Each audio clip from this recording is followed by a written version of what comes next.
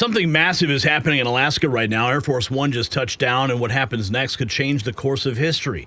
World leaders are watching. The war machine is panicking, and one of Trump's biggest enemies just said something that'll make your jaw drop. This isn't just another diplomatic meeting. This is a showdown that could end a war that's killed hundreds of thousands. But here's the kicker. There are people right now in the streets trying to stop it. They don't want peace. They want more blood. And the reason why will shock you. The next few hours in Alaska could determine whether we get World War III or world peace. So keep watching. And if you're getting close to retirement or just thinking ahead, you've probably done a solid job of saving. But here's something most people don't consider. How much of that money is just sitting in cash?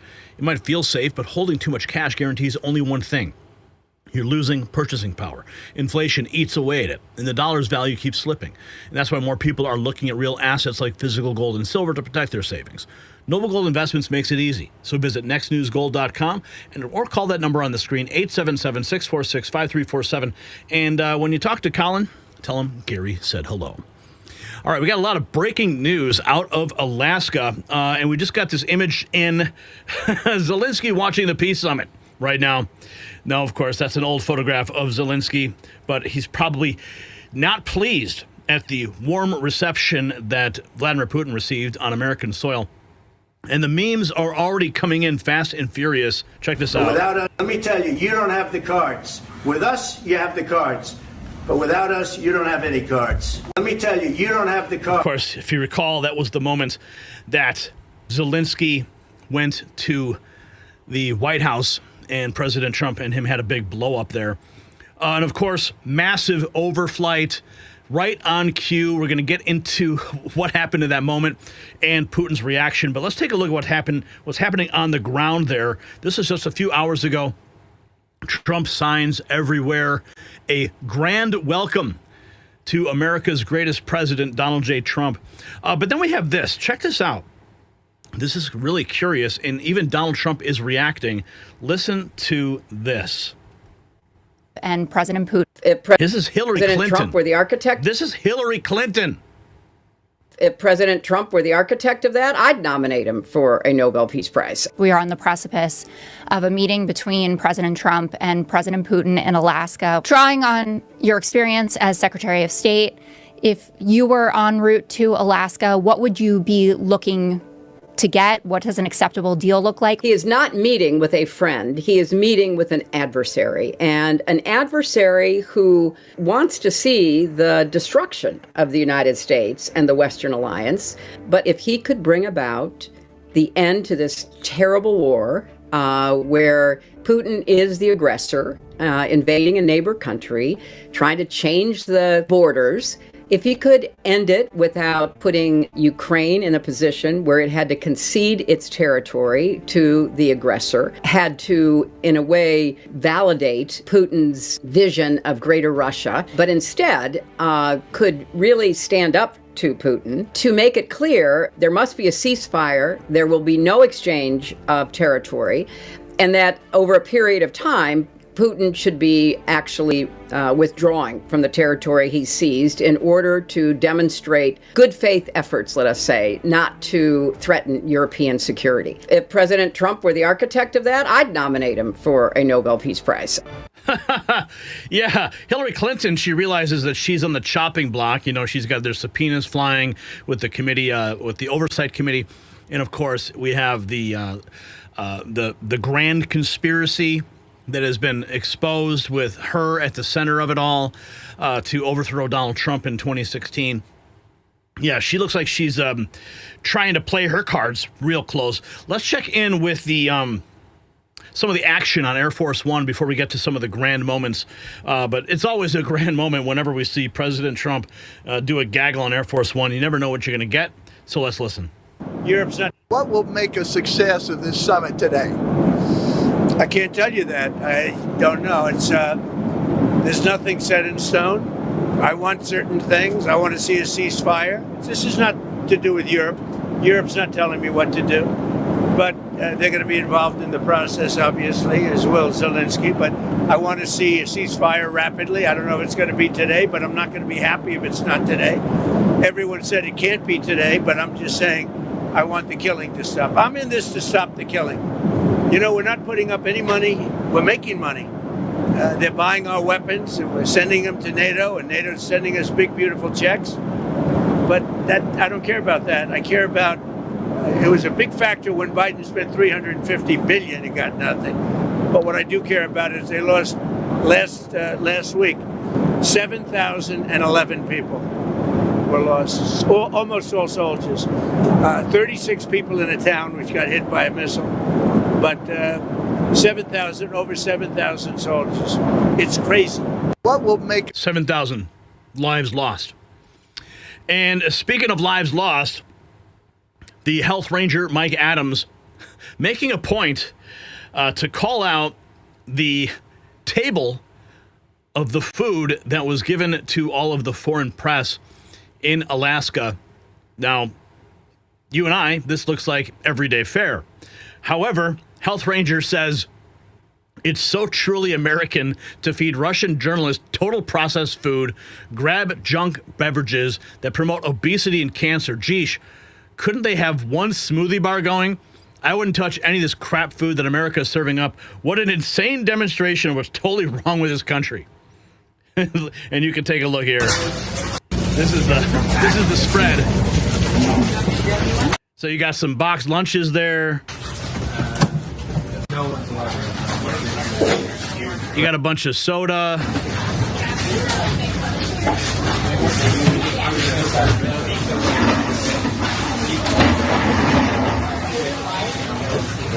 And you got all your junk chips. Hey, there's some fruit. Look at that. A couple baskets of fruit. And looks like some gummy bears. No wonder Mike Adams is pissed. All right, let's go back to Air Force One. We got some more. This is a little bit of a longer clip. We may not play the whole thing, but listen. If it's not today, everyone said it can't be today, but I'm. How are you? what will make a success of this summit today? I can't tell you that. I don't know. It's there's nothing set in stone. I want certain things. I want to see a ceasefire. This is not to do with Europe. Europe's not telling me what to do. We 6 people in a town which got hit by a missile, but over 7,000 soldiers. It's crazy. Could you describe a little bit, Mr. President, because I know you've had a lot of phone calls with President Putin. What's the difference in a face-to-face, in-person meeting? Look, he's a smart guy, been doing it for a long time, but so have I. Been doing it for a long time. And here we are, we're president. That was much more difficult than what I'm doing today, believe me. So we get along. There's a good respect level on both sides. And I think, something's going to come of it. I noticed he's bringing a lot of business people from Russia. And that's good. I like that because they want to do business, but they're not doing business until we get the war settled. You can talk about business. We have the hottest country on earth. We have the hottest economy on earth. We have the hottest country. We just set a new stock market record again. We have hundreds of billions of dollars flowing in from tariffs. We're the hottest. We were a dead country, like doornails, a dead country. 1 year ago, we were dead as a doornail, and now we have the hottest country. And he wants a piece of that because his country is not hot economically. In fact, it's the opposite. And China's not doing well economically, but look, I want everybody to do well. The war's got to stop and the killing's got to stop. Mr. President, what do you stop? Thank you for coming back to take questions. We saw that Russia continued its violence into Ukraine last night, launching even more drones. What did you make of that? I think they're trying to negotiate. He's trying to set a stage. I mean, in his mind, that helps him make a better deal. It actually hurts him. But in his mind, that helps him make a better deal if they can continue the killing. Maybe it's a part of the world. Maybe it's just his fabric, his genes, his genetics. But he thinks that makes him, gives him strength in negotiating. I think it hurts him, but I'll be talking to him about it later. It's on the table for discussions today, Mr. President. Are the territorial swaps on the table? Will you be discussing that? They'll be discussed, but I've got to let Ukraine make that decision. And I think they'll make a proper decision. But I'm not here to negotiate for Ukraine. I'm here to get them at a table. And I think you have two sides. Look, Vladimir Putin wanted to take all of Ukraine. If I wasn't president, he would right now be taking all of Ukraine. But he's not going to do it. Mr. President, what did you mean? Just one thing. What about the possibility of the United States providing security guarantees to Ukraine? Maybe. Along with Europe and other countries. Not in the form of NATO, because that's not going to, there are certain things that aren't going to happen. But yeah, along with Europe, there's a possibility of that. Mr. President, mentioned the number of business people that President Putin is bringing along. Is that something that you want to discuss with President Putin at this meeting? Yeah, if we make progress, I would discuss it, because that's one of the things that they would like. They'd like to get a piece of what I built in terms of the economy. Just so you know, we were a dead country with our economy. He wouldn't be interested. He wouldn't have been interested a year ago with the Biden economy. But he is interested in the Trump economy, because wait till you see when those factories start opening up. We have hundreds of factories all over the country, and that includes auto factories, AI factories, and every other. They're all coming in because they want to beat the tariffs. Because if they open here, they don't have to pay tariffs. If they don't open here, they have to pay, in some cases, 200%, 300%. I haven't even set some of the tariffs yet. I'll be setting tariffs next week and the week after on steel and on, I would say, chips. Mr. President. All right, let's keep going here. We got some more. Check this out. President Trump, he's famous for his handshakes. Look at that. You see that? That's the power move right there. Everyone sees it every single time. Every world leader he meets, he pulls them in. It's the pull. He shakes their hand, pulls them in. I want to watch it again. Watch it closely. Boom. Pulls them right in. Power move from President Trump right there on the tarmac. And of course, now, I want you to watch this. Watch this. Now, what they're looking at are those bombers showing up. Look at Putin. Look at his face. He was watching very closely. A massively well-timed flex by President Trump. We're going to show you some more of that in a minute. But here's President Trump talking with Brett Baier on Air Force One with an exclusive. President Trump, we're going for a meeting. What's going to happen if it doesn't work? Records he can. In the office with President Trump on Air Force One, heading in. What's your initial feeling? How are you feeling about what you're going to get out of this? I think we're going to do very well. Our country is doing very well. We're setting records economically like we never have before, including the stock markets are all at a record high. We're taking in trillions and trillions of dollars with tariffs. We're going for a meeting with President Putin in Alaska, and I think it's going to work out very well. And if it doesn't, I'm going to head back home real fast. I mean, if it doesn't, you walk. I would walk too. In the office with... He would just walk. Now, here's another epic moment. President Trump departing for the Arctic Warrior event where discussions with Putin will take place. And look who's in the car. Vladimir Putin riding in the Beast with President Trump. I was really curious about how this would go down. If both world leaders would take separate vehicles. But there it is. There's Putin riding in the Beast with Trump. And what's even cooler is what's in the background. Now, I'm not sure if you can see it in this angle, but we have another angle. I'm going to show that to you in a minute. Here is CNN's Bakari Sellers dumbfounded as Scott Jennings pointing out the fact that Trump has brokered roughly half a dozen global peace deals as of late. Azerbaijan. But the man has solved 6 or 7 conflicts this year. I think we ought to give him some latitude to operate. Which 6 or 7? I'm sorry, are you not watching the Which news? 6 or 7? Well, we just did Azerbaijan, we did Rwanda, we did Israel, Iran. Israel, Iran, what? What peace deal did I miss? End of the 12-day war. I mean, so you 6 or 7. I mean, you that's living on Earth too? I mean, no, but Azerbaijan, Rwanda, what? What are we talking about? Casey, the fact is we still have a country a world that's on fire. And this is the problem with Casey. What are you asking me for, Scott? I'm asking you to come in here and tell people the truth. Donald Trump has created a track record this year of helping settle several conflicts. So several is different than 6 or 7. So I was letting Bakari. First of all, I will say this. We did see, Scott, to your point, after President Trump locking in peace deal after peace deal. Here is the White House official video of the moment when Vladimir Putin walked up and the handshake occurred. I'm getting word now that the press conference between the two is about to begin, so we're going to see if we can get some of that footage as it comes in. This is all happening right now. Trump greets Russian president at the historic summit. This is a flashback to February of 2017. Trump was a brand new president and politician trying to do what was right for the world. Because of Russiagate, even this statement set off a media frenzy of Trump cozying up to Putin. They just couldn't let him be president. Russia and the United But it would be much easier for me to be so tough. The tougher I am on Russia, the better. But you know what? I want to do the right thing for the American people. And to be honest, secondarily, I want to do the right thing for the world. If Russia and the United States actually got together and got along, and don't forget, we're a very powerful nuclear country, and so are they. There's no upside. We're a very powerful nuclear country, and so are they. I've been briefed, and I can tell you one thing about a briefing that we're allowed to say because anybody that ever read the most basic book can say it. Nuclear holocaust would be like no other. They're a very powerful nuclear country, and so are we. If we have a good relationship with Russia, believe me, that's a good thing, not a bad thing. So when you say it is a good thing, and that's what we want.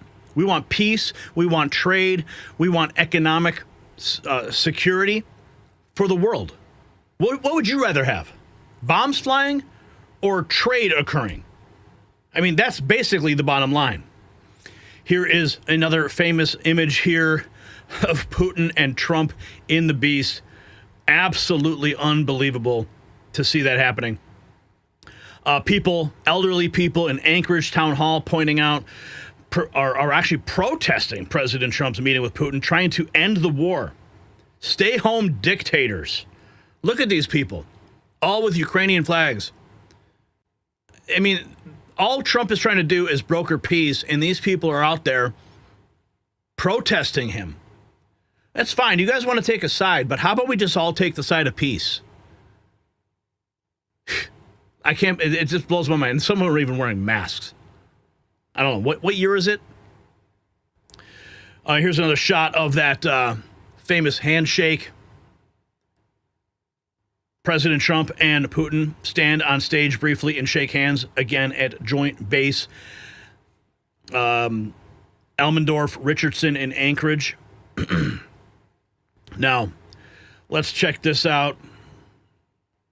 President Trump says Ukraine must decide its own future, but he'll get both sides to the table.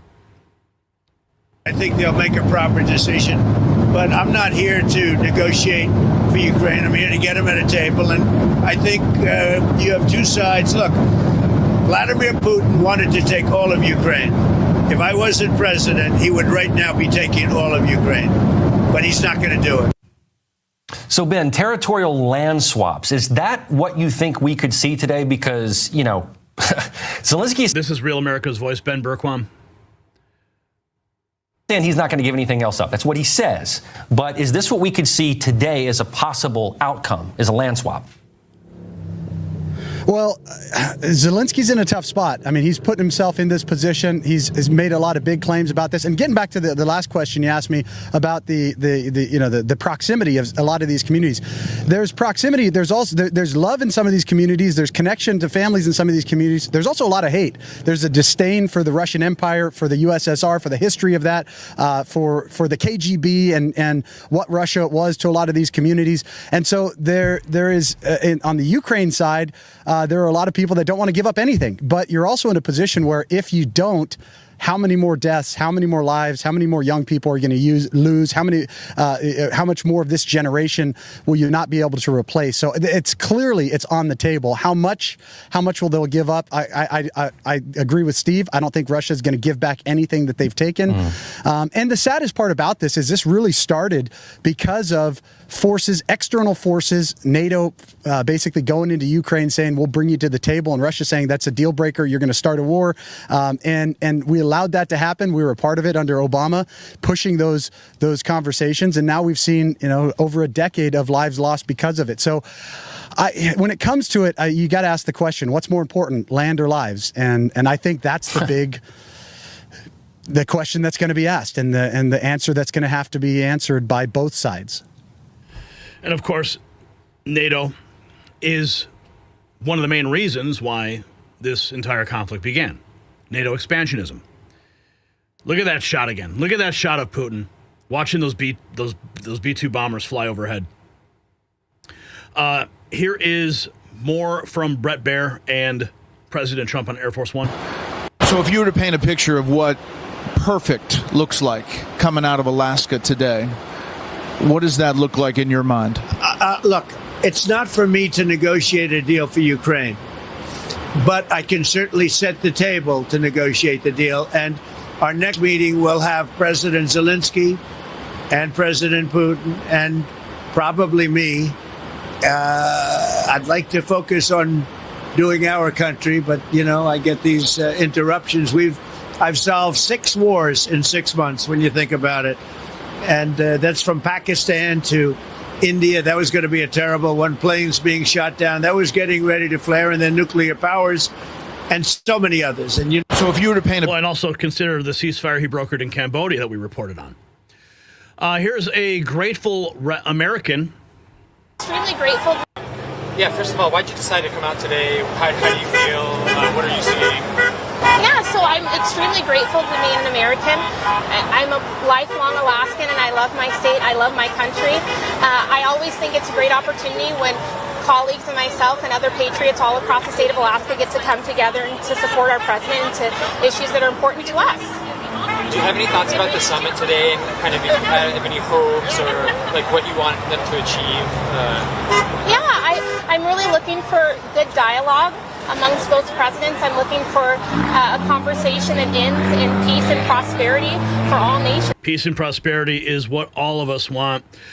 We've got some live footage from the press conference occurring right now. People a week from being killed, and President Putin wants to see that as much as I do. So, again, Mr. President, I'd like to thank you very much, and we'll speak to you very soon and probably see you again very soon. Thank you very much, Vladimir. Next time in Moscow. Oh, that's an interesting one. I don't know. I'll get a little heat on that one, but I could see it possibly happening. Thank you very much, Vladimir. And thank you all. Thank you. Thank you. Thank you so much.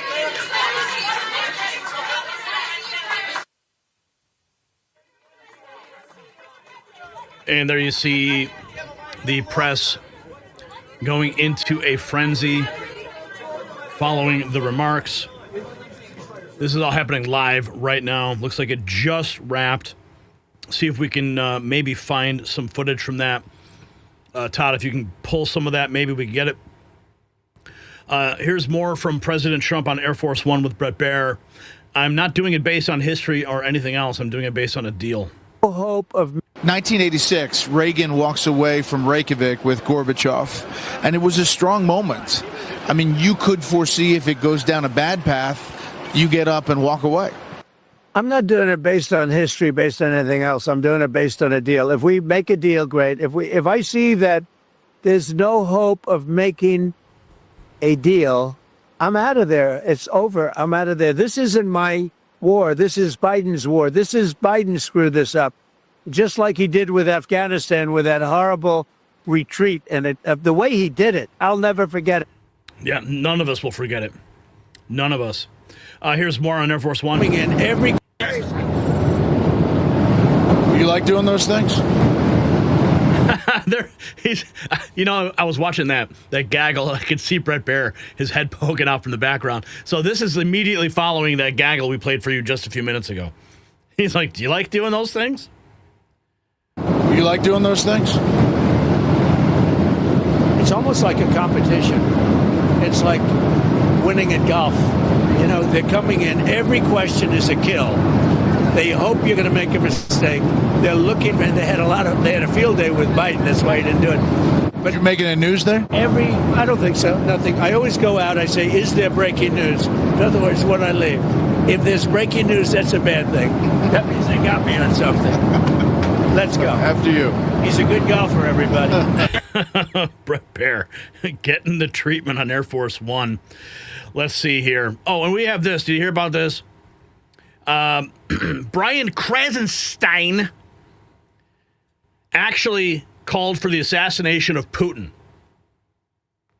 Brian Krasenstein a known left-wing troll on X, openly calling for the assassination of President Putin. He said they should have had snipers in Anchorage, Alaska, ready to take him out as soon as he shrugged. Yeah. And then he says, correction, we should poison him instead, make it less obvious. But here's what Grok said. Indeed, Brian Krasenstein's recent posts and replies explicitly advocate for assassinating Putin, including via snipers or poison during the Alaska summit. Such calls are reckless, potentially illegal, and warrant immediate review by authorities and X. Yeah, what a stupid thing to say. How about we just pray for peace instead of calling for another world leader's assassination? Dan Scavino, this is the shot I wanted to show you. Look at those jets in the background. Look at that. Talk about a flex. Vladimir Putin, he is in the beast with President Trump, and they are just rolling past all of the military hardware that could just wreak havoc. Jets, Apaches, and of course the B-2s that flew overhead in formation. That beautiful sight. Vladimir Putin doing a double take when he saw that. But it was perfectly executed flex. As soon as Trump was walking down the red carpet with Putin, those B-2s flew overhead at the precise moment. I mean, those things got to fuel up. I mean, they got to fly. It's all got to be timed. And President Trump's like, yeah, bring those B-2s in. I want Putin to see some of the hardware we've got. And then, of course, this scene here, as they're leaving in the beast. I mean, you got all those jets and Apaches right there on the tarmac. Don't mess with the United States. Let's get to that other shot here. This is another interesting moment that happened a couple hours ago. The Putin reacting to the American press pool shouting questions. This is going viral. Let's go, press. Thank you, press. Thank you, press. Thank you, press. Thank you, press. Let's go. Thank you, press. Thank you, press. Thank you, press. Let's go. Come on, guys. Come on, guys. Let's go. Let's go. Thank you, press. Let's go. Thank you, press. Thank you, press. Thank you, press. Absolutely crazy. Oh, okay. Now we're going to get to Trump's reaction to Hillary Clinton calling for Trump to get the Nobel Peace Prize if he negotiates a deal. Putin. In fact, did you see that Hillary Clinton yesterday said that if you got this deal done and not capitulate to Putin, that she would nominate you for the Nobel Peace Prize? If President Trump were the architect of that, I'd nominate him for a Nobel Peace Prize. Well, that was very nice. I may have to start liking her again. In fact, did you see that? No, just lock her up. How about that? Let's just do that. Can we do that? Okay, where is? I know we bookmarked it. The shot of the B-2 bombers flying overhead. Yes, this is the moment here. This is a better shot of it.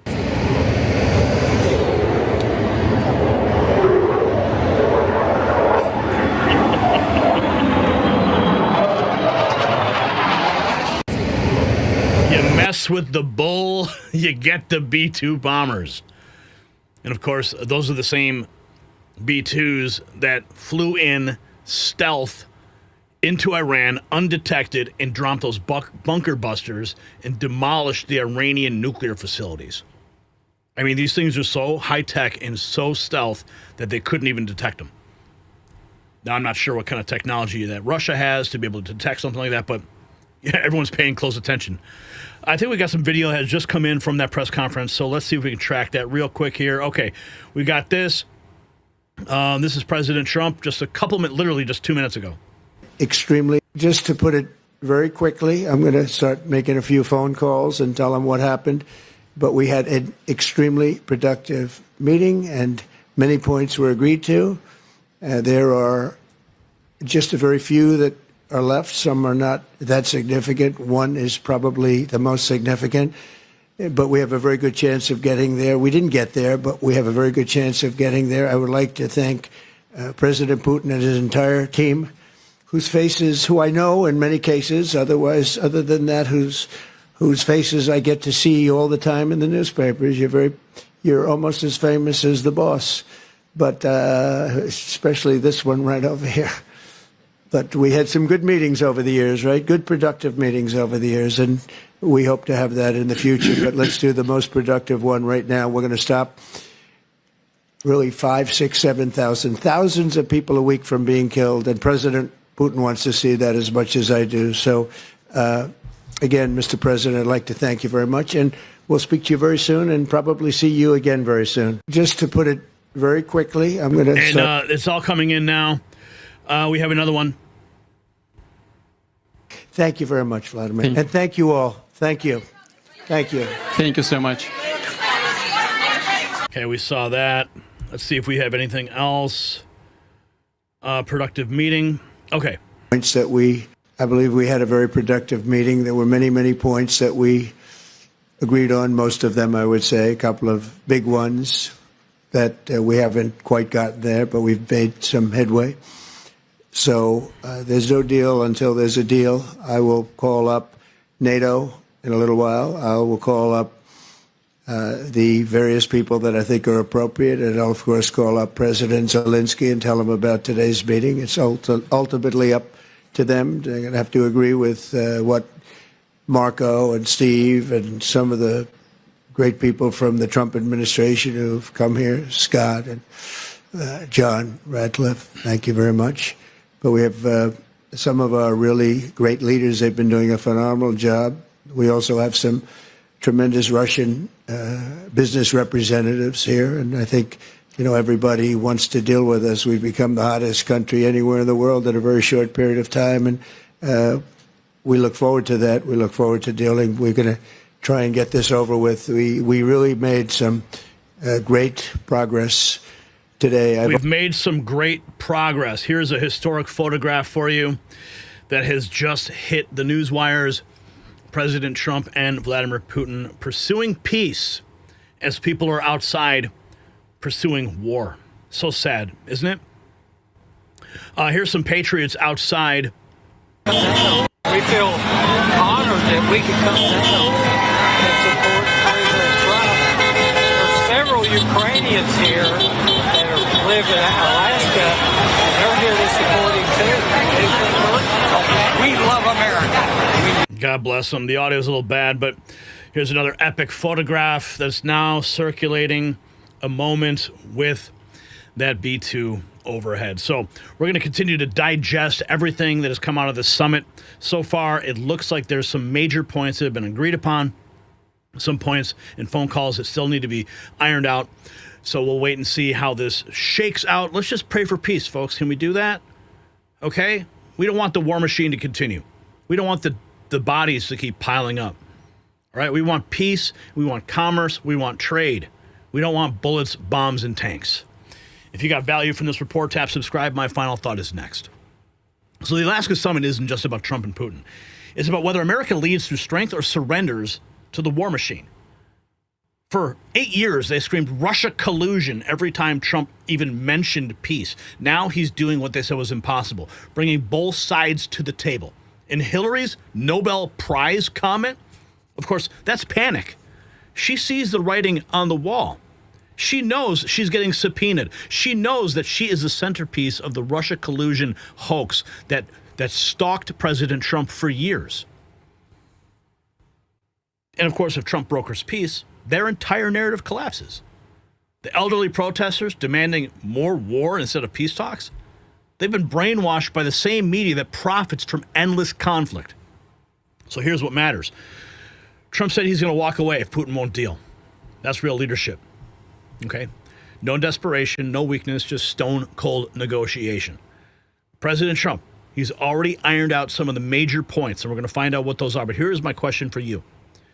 Should America keep funding endless wars or give peace talks a real chance? Drop your answer below. And while you're at it, check out our merch shop linked in the description. Show the world you stand for peace through strength.